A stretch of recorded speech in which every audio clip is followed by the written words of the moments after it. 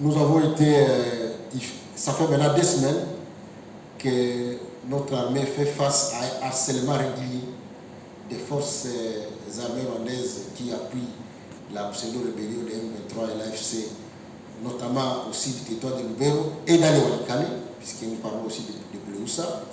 Je voudrais bien dire que notre armée, dans son respect légendaire des engagements internationaux, est restée sur la défensive et ne voulait pas compromettre la rencontre qui allait avoir lieu à Luanda, mais que les premiers jours de provocation du M23, le M23 a réussi une correction exemplaire, puisque les FARDC, avec les Wazalais, ont réussi à prendre Kasseye, ont réussi à prendre Matembe, et ainsi de suite. Mais puisque l'armée est restée dans le respect de l'engagement qui avait été pris à Luanda, l'armée a repris ses positions initiales. Malheureusement, la journée d'hier, les M23 ont utilisé surtout plusieurs drones kamikazes.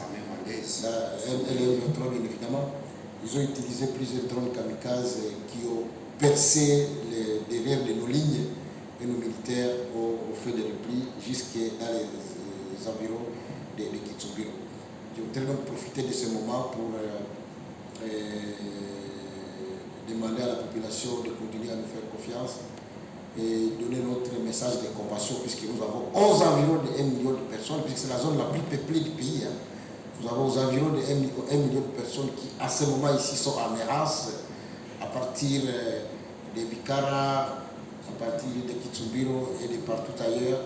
Et je voudrais bien les demander aussi au FARDC, à quelques éléments des FARDC qui ce matin ont essayé de créer la panique en tirant des balles à l'air et à piller des maisons. Heureusement que l'administrateur du territoire est intervenu pour mettre fin à ces petits désordres. L'armée se réorganise, nous appuyons l'armée. Je voudrais profiter de ce moment pour dire à la population de continuer à faire confiance au chef de l'État, parce qu'il fait tout ce qui est de son possible.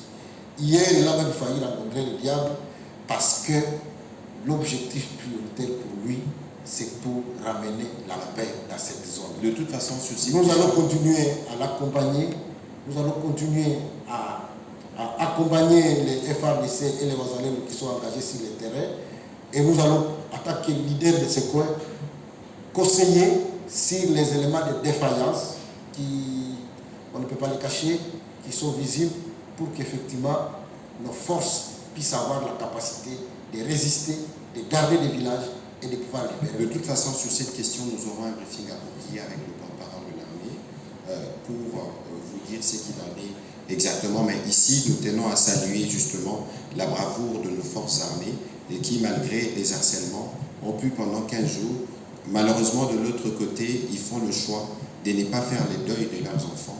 De toute évidence, c'est une guerre, il y a des batailles qui peuvent aller en leur faveur, mais la bataille finale, la victoire finale sera la nôtre. Monsieur le ministre.